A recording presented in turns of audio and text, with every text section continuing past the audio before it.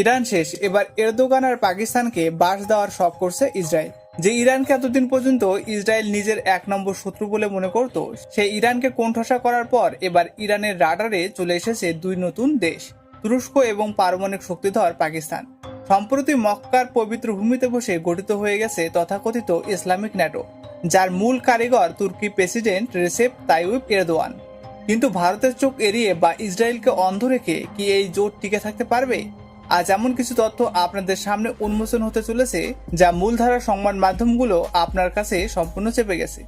বিশ্ব ভূ রাজনীতির আকাশে এই মুহূর্তে সবচেয়ে বড় খবরটি হলো সৌদি আরব, তুরস্ক এবং পাকিস্তান একটি ত্রিপক্ষীয় ঐতিহাসিক প্রতিরক্ষা চুক্তি স্বাক্ষর করেছে, যা কার্যত পুরো মধ্যপ্রাচ্য ও দক্ষিণ এশিয়ার শক্তির ভারসাম্যকে এক ধাক্কায় ওলটপালট করে দেওয়ার জন্য যথেষ্ট। কিন্তু প্রশ্ন হলো, ইসরায়েলের মোসাদকে হাত গুটিয়ে বসে থাকবে, নাকি এরদোয়ান এবং পাকিস্তানের এই দুঃসাহসিক চালের বিরুদ্ধে তারা ইতিমধ্যেই নিখুঁত প্রতি আক্রমণের মাস্টার প্ল্যান তৈরি করে ফেলেছে? আর ভারতের দূরদর্শী কূটনীতি বা কিভাবে এই নতুন সামরিক জোটকে এক নিমিষে ব্যাকফুটে ঠেলে দিতে পারে? পুরো বিষয়টি বুঝতে এবং বৈশ্বিক রাজনীতির পেছনে লুকিয়ে থাকা এই খেলার শেষ দেখতে ভিডিওটি একদম শেষ পর্যন্ত দেখুন। আন্তর্জাতিক রাজনীতির দাবার বোর্ডে গত কয়েক বছর ধরে ইরান ছিল ইসরায়েলের প্রধান নিশানা, কিন্তু সম্প্রতি আমেরিকা ও ইসরায়েলের যৌথ সামরিক ও কূটনৈতিক চাপে ইরানের প্রক্সি নেটওয়ার্ক এবং তাদের পরমাণু লক্ষ্যগুলো চরমভাবে ক্ষতিগ্রস্ত হয়েছে। ঠিক এই শূন্যতার সুযোগ নিয়ে মঞ্চে আবির্ভাব ঘটে তুর্কি প্রেসিডেন্ট এরদোয়ানের। এরদোয়ান বহুদিন ধরেই নিজেকে মুসলিম বিশ্বের অবিসংবিধিত নেতা বা নতুন খালিফা হিসেবে প্রতিষ্ঠা করার স্বপ্নে বিভোর। কিন্তু সমস্যা হলো, একা তুরস্কের পক্ষে মধ্যপ্রাচ্যে বা বৈশ্বিক রাজনীতিতে মার্কিন ইসরায়েলের অক্ষকে টেক্কা দেওয়া সম্ভব নয়। ঠিক এই পয়েন্টে এরদোগান খুঁজে পায় পাকিস্তানকে। পাকিস্তান একটি দেউলিয়া অর্থনীতির দেশ, রাজনৈতিক অস্থিরতা, অভ্যন্তরীণ দ্বন্দ্বে জর্জরিত হলেও তাদের হাতে রয়েছে একটি মাত্র উপাদান, আর তা হলো পারমাণবিক অস্ত্র। আর অন্যদিকে সৌদির কাছে রয়েছে প্রচুর অর্থ। সৌদি আরব তার বিপুল তেল সম্পদ এবং তেলের ওপর হওয়া অভ্যন্তরীণ হামলার কারণে নিজস্ব নিরাপত্তার স্থায়ী গ্যারান্টি খুঁজছিল। আর এখন এই 3 দেশের স্বার্থ যখন এক বিন্দুতে এসে মিলল, তখন মক্কার মাটিতে বসে জন্ম নিল এক নতুন ট্রাই অ্যালায়েন্সের।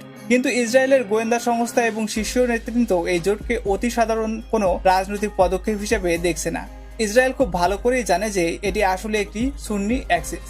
চলুন এবার মূল খবরের দিকে আসা যাক। 2026 সালের 7 আগস্ট সৌদি আরবের পবিত্র মক্কায় অনুষ্ঠিত মক্কা সামিট ফর জয়েন্ট ডিফেন্সে সৌদি যুবরাজ মোহাম্মদ বিন সালমান, তুর্কি প্রেসিডেন্ট রেসেপ তাইয়িপ এরদোয়ান এবং পাকিস্তানের প্রধানমন্ত্রী শাহবাজ শরীফ একটি ঐতিহাসিক ত্রিপক্ষীয় যৌথ প্রতিরক্ষা চুক্তিতে স্বাক্ষর করেন। এই চুক্তির মূলধারাটি পুরোপুরি বিশ্ব সামরিক জোট ন্যাটোর আর্টিকেল 5 এর আদলে তৈরি করা হয়েছে। চুক্তিতে স্পষ্ট ভাষায় বলা হয়েছে, এই 3 দেশের যে কোনো একটির উপর যে কোনো সামরিক হামলা বা সশস্ত্র আক্রমণ ঘটলে তা বাকি 2 দেশের ওপর হামলা হিসেবে গণ্য করা হবে এবং 3টি দেশ যৌথভাবে তার সামরিক জবাব দেবে। কিন্তু এই খবর প্রকাশ্যে আসতে বিশ্ব রাজনীতিতে যে বড় বিস্ফোরণ ঘটেছিল তা নিশ্চিন্ত করেছে ইসরায়েলের শীর্ষ নেতৃত্বের চাঞ্চল্যকর বক্তব্য। 7 আগস্ট 2026-এ আন্তর্জাতিক বার্তা সংস্থা রয়টার্স এবং দ্য জেরুসালেম পোস্ট এ প্রকাশিত প্রতিবেদনে এই চুক্তির বিষয়টি নিশ্চিত করা হয়। তবে এর আসল স্বরূপ উন্মোচন করেছিল ইসরায়েলের প্রাক্তন প্রধানমন্ত্রী নাফতালি বেনেট। ওয়াশিংটনে এক আন্তর্জাতিক সম্মেলনে প্রকাশ্যে বক্তৃতা দেওয়ার সময় তিনি অত্যন্ত কড়া ভাষায় আন্তর্জাতিক সম্প্রদায়কে সতর্ক করে দিয়ে বলেছিলেন, Turkey is the new Iran, Erdogan is sophisticated and he seeks to encircle Israel. Turkey is trying to flip Saudi Arabia against us and establish a hostile Sunni axis with nuclear Pakistan. Naftali বেনেটের এই বক্তব্যের অর্থ পরিষ্কার। ইসরায়েলের দৃষ্টিতে তুরস্ক হলো নতুন ইরান।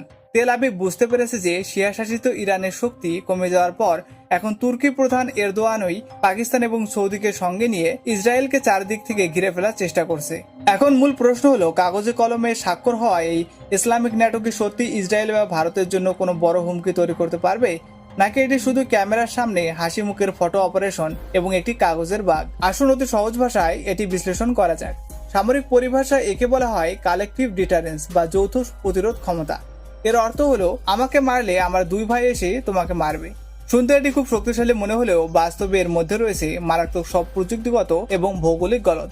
প্রথমত ভৌগোলিক দূরত্ব। ইতিহাস সাক্ষী, পৃথিবীর সব সামরিক জোটগুলো যেমন রাশিয়া, উত্তর কোরিয়া বা ন্যাটো সবসময় তাদের সীমান্ত এবং সংলগ্ন এলাকার উপর ভিত্তি করে গড়ে ওঠে। কিন্তু পাকিস্তান, তুরস্ক এবং সৌদি আরবের মধ্যে সরাসরি কোনো ভূ সীমান্ত নেই। পাকিস্তান থেকে তুরস্ক হাজার হাজার কিলোমিটার দূরে অবস্থিত।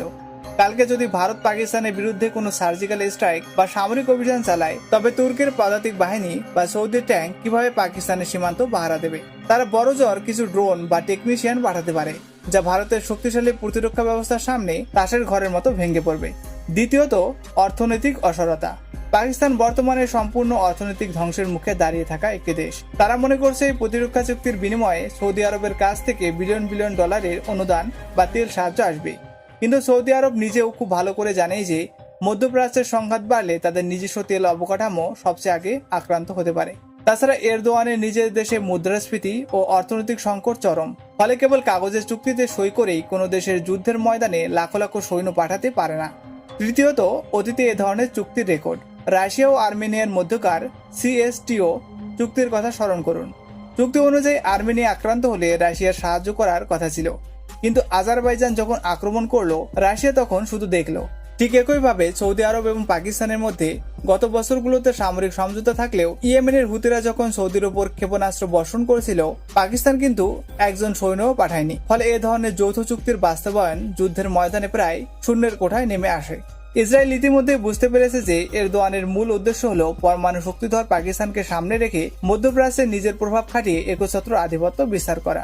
ফলে ইসরায়েল এখন নীরব দর্শকের ভূমিকা ছেড়ে স্বয়ংক্রিয়ভাবে তুরস্ক এবং পাকিস্তানের বিরুদ্ধে ছক কষতে শুরু করেছে। গ্রিস, সাইপ্রাস এবং ভারতের মতো শক্তিশালী আঞ্চলিক পরাশক্তিগুলোর সঙ্গে ইসরায়েল নিজস্ব একটি নতুন অক্ষ বা স্ট্র্যাটেজিক জোট গঠন করে তোলার পরিকল্পনা করছে। ভারতের দৃষ্টিকোণ থেকে দেখলে নয়াদিল্লি আন্তর্জাতিক মঞ্চে অত্যন্ত ঠান্ডা মাথায় এবং বাস্তবসম্মত কূটনীতির পরিচয় দিচ্ছে। ভারতের লক্ষ্য হলো অহেতুক যুদ্ধে জড়িয়ে পড়া নয়, বরং নিজেদের সীমানা সুরক্ষিত রাখা এবং অর্থনৈতিক এবং সামরিক শক্তিতে নতুন উচ্চতায় নিয়ে যাওয়া। পাকিস্তান যদি মনে করে যে তুর্কি ড্রোন কিংবা সৌদির পেট্রোডলার দিয়ে তারা ভারতের বিরুদ্ধে কোনো দুঃসাহস দেখাবে, তবে তারা চরম ভুলের স্বর্গে বাস করছে। ভারতের নিজস্ব আধুনিক আকাশ প্রতিরক্ষা যেমন S-400 এবং দেশীয় সিস্টেম, শক্তিশালী নৌবহর এবং 3 বাহিনীর আধুনিকায়ন যে কোনো তথাকথিত ইসলাম নাটোর জোট চক্রান্তকে এক নিমিষে গুড়িয়ে দেওয়ার জন্য স্বয়ংসম্পূর্ণ।